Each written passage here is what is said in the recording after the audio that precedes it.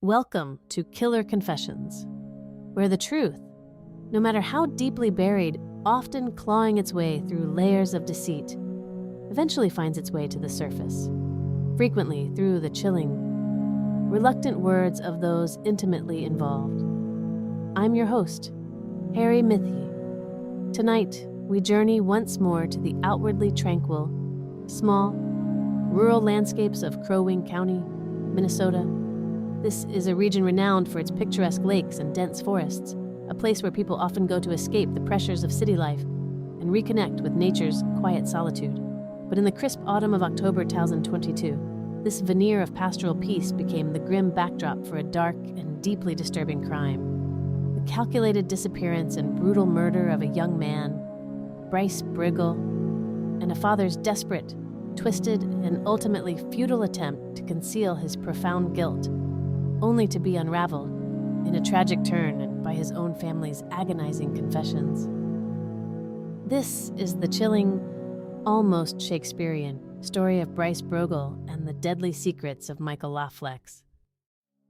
It began, as so many unsettling and tragic cases do, with a seemingly straightforward missing person report. On Friday, October 28, 2022, a young woman named Cordelia LaFlex from the sparsely populated Center Township in Minnesota made a frantic, worried call to the Crow Wing County Sheriff's Office.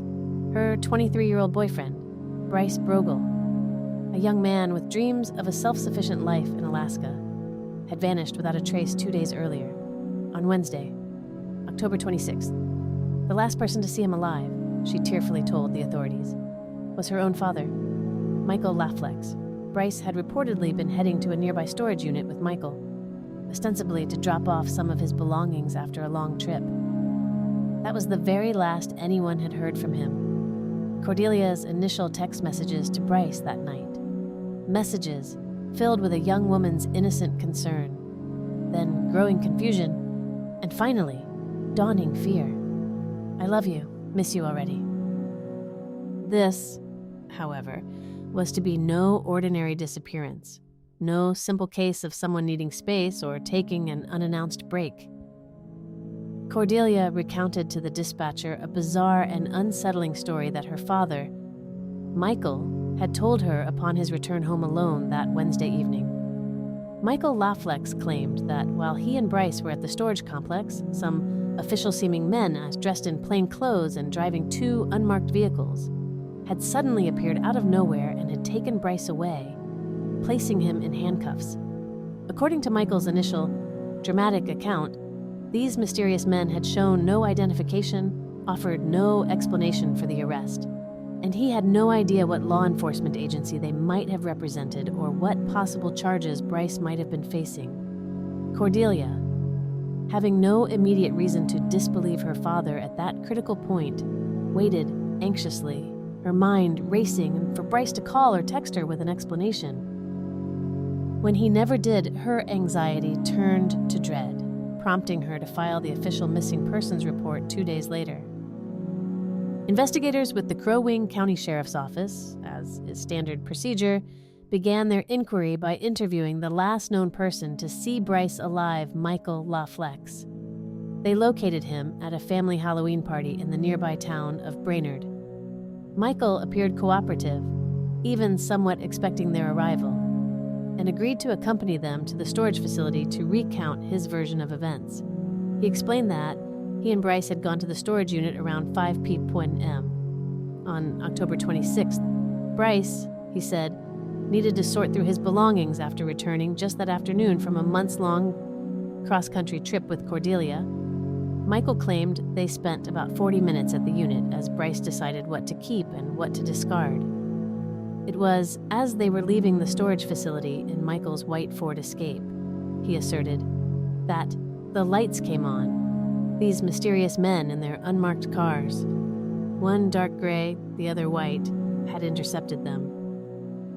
He elaborated that both he and Bryce were initially taken into custody, but he was soon released without explanation. While Bryce was driven away in the dark gray vehicle, Michael even described the interior of the car he was briefly held in as plain Jane, noting only a folded-down computer on the center console.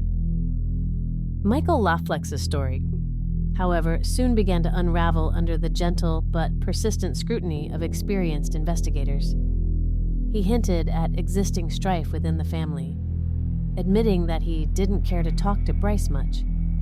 He subtly suggested that Bryce and Cordelia might have gotten themselves into some kind of serious trouble during their extended trip out west and to Arizona and Washington State, mentioning that Cordelia had told him upon their return that things just fell apart out here, and that she and Bryce had to make a very hasty, almost panicked, return to Minnesota. He also made a point of alleging that Bryce was verbally abusive towards Cordelia, that he was a heavy pot smoker and was excessively possessive, supposedly screening all of Cordelia's phone calls and messages through his own phone. To add another layer of intrigue, Michael claimed Cordelia had even told him that Bryce himself had a premonition on their drive back to Minnesota, a feeling that someone, possibly himself, was going to get arrested when he got back, perhaps by the FBI. A critical, and ultimately self-incriminating, turning point in the interview came when investigators questioned Michael LaFlex about Bryce Broegel's cell phones. Bryce reportedly had two, one being an easily disposable flip phone, a common tool for those wishing to avoid easy detection or tracking. After initially denying any knowledge of or having possession of Bryce's phones, Michael, under further questioning, eventually buckled and admitted a shocking truth: he had taken Bryce's phone from the vehicle after the supposed arrest by the mysterious men.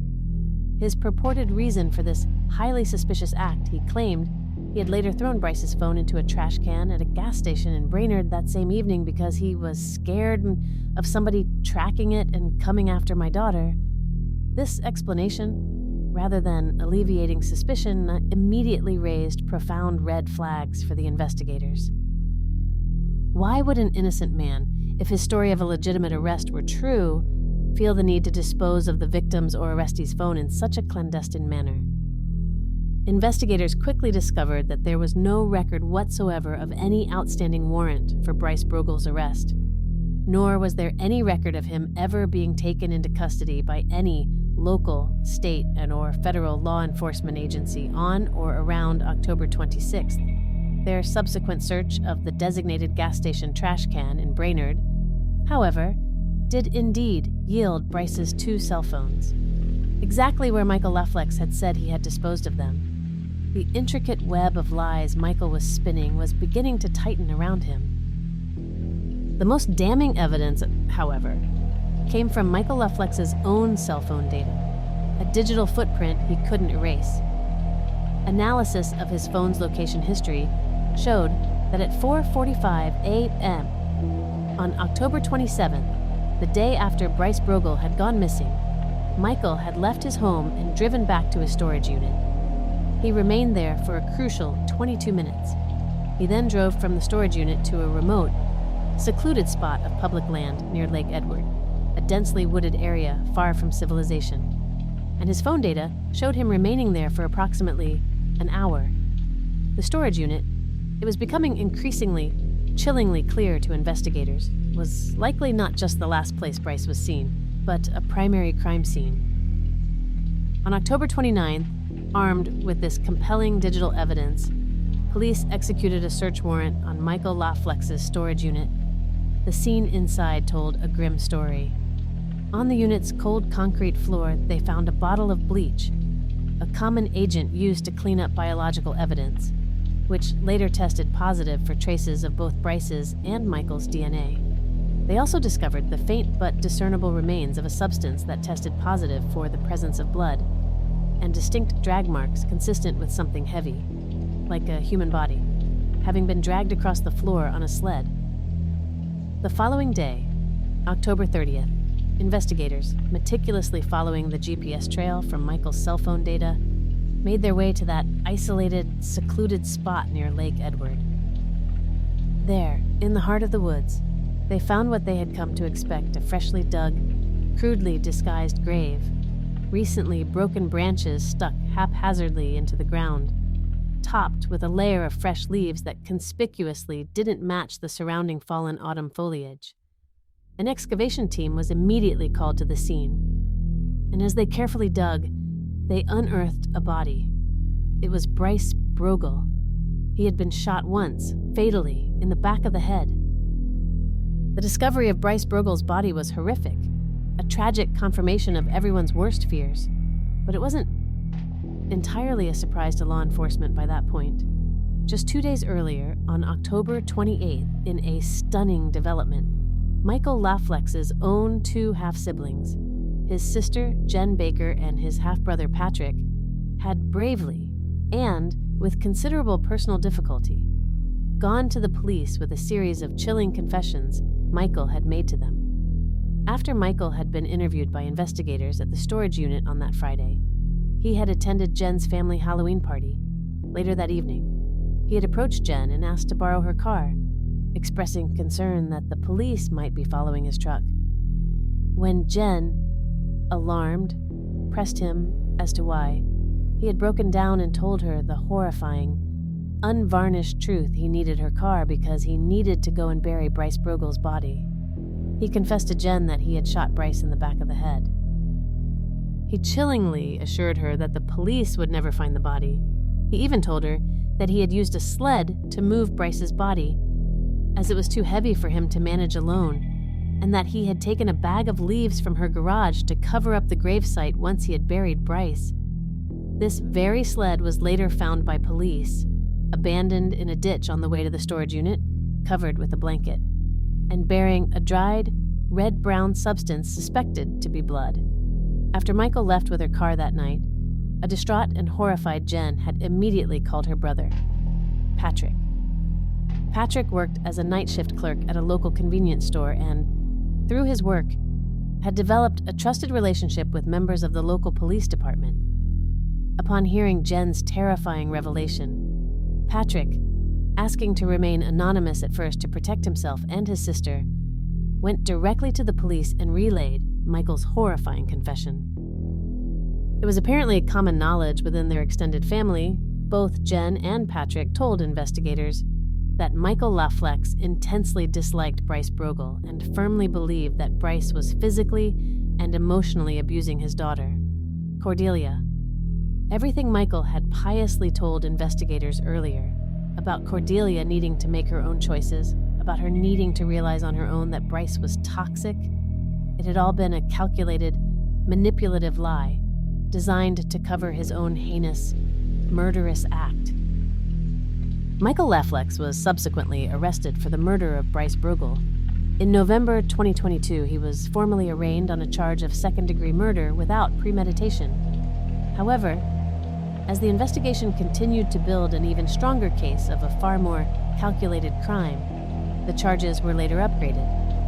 Bryce and Cordelia's landlord in Washington state came forward with crucial information, revealing that Michael LaFlex had called him months prior to Bryce's murder, inquiring if Bryce had been hurting Cordelia. When the landlord had mentioned seeing Cordelia with 2 black eyes at one point, an injury Cordelia herself would later attribute to other causes or deny was the result of abuse by Bryce, Michael had allegedly made a chilling statement he was going to kill Bryce and, even more damningly, that he had already had the hole dug. Michael's own half-brother, Patrick, later corroborated that Michael had made similar statements to him, a chilling premonition of the grave eventually found near Lake Edward. Further investigation revealed another piece of the premeditation puzzle. Michael LaFlex stored his firearms at his half-sister Jen's house. On October 26th, the very day Cordelia and Bryce arrived back home in Minnesota from their cross-country trip, just hours before Bryce's death, Michael had gone to Jen's house and collected one of his guns, telling her he needed it to kill a rodent at a job site where he was working. This was clearly no heat-of-the-moment killing, no spontaneous act of passion. This was shaping up to be a cold-blooded, meticulously premeditated murder. On March 30th, 2023, armed with this compelling evidence of forethought and planning, prosecutors successfully sought an upgraded charge, and Michael LaFlex was indicted by a grand jury on charges of first-degree premeditated murder In the state of Minnesota, a charge of first-degree murder typically involves evidence of both premeditation, meaning the killing was planned or considered beforehand, however briefly, and a clear intent to kill. It carries a mandatory sentence of life imprisonment. Second-degree murder, by contrast, can involve intent to kill but lacks the element of premeditation, or can result from a death caused during the commission of another felony. Michael LaFlex's trial took place approximately a year later, in early 2024. He took the stand in his own defense, steadfastly maintaining that Bryce Broegel had been abusive towards his daughter, Cordelia. He recounted instances where he had supposedly seen Cordelia with bruises that she had either denied were from Bryce or had tried to explain away. He also testified that in July 2022, while Cordelia was on her ill-fated trip with Bryce, she had sent him, her father, a text message asking him to come and get her. However, he claimed she never shared her location with him, and then, a few days later, she had contacted him again to say that everything was fine between her and Bryce, Cordelia herself. However, when called to testify during her father's trial, maintained that her relationship with Bryce was never physically violent and that she had been happy with him. Her public Facebook posts from around the time of Bryce's death and in the months that followed seemed to reflect her profound grief and love for him. On October 31st, 2022, after her father had already been arrested for Bryce's killing, she wrote, "A very special person was taken from me, but I know now that he will never leave. He's my guardian angel forever. I love you so much, Bryce." She continued to post tributes and reminisce about him on her public social media profiles, even as her father was indicted. And she never publicly supported her father's claims of abuse against Bryce, creating a painful and complex emotional dynamic for the trial. In his own trial testimony, Michael LaFlex finally, formally, admitted to killing Bryce Broegel.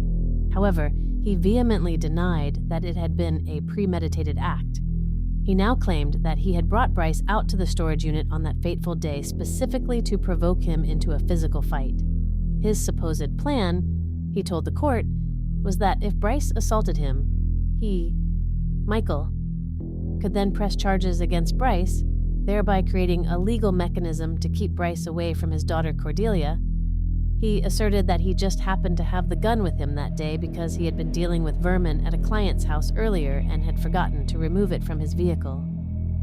He alleged that when he confronted Bryce at the storage unit about his supposed mistreatment of Cordelia, Bryce had defiantly and aggressively stated, "She is mine and she is my business," and that he, Bryce, would kill her before ever giving her up. This, Michael LaFlex claimed, was the precise moment he shot Bryce, in a sudden, uncontrollable burst of rage, in the heat of the moment, to protect his daughter from what he perceived as an immediate and credible threat. The jury, however, after hearing all the evidence, including the chilling testimony about the pre-dug grave and the retrieval of the gun, did not agree with Michael LaFlex's self-serving version of events. In April 2024, they found him guilty on one count of first-degree premeditated murder and a lesser count of second-degree murder. He was subsequently sentenced to life in prison without the possibility of parole. Cordelia LaFlex continues to memorialize Bryce on her Facebook page, a constant, public reminder of the young life so brutally and senselessly cut short, and the devastating betrayal by her own father, Harry Mithy. A father's obsessive, perhaps misguided, claim of protecting his daughter ultimately twisted into a cold, calculated, and premeditated act of murder.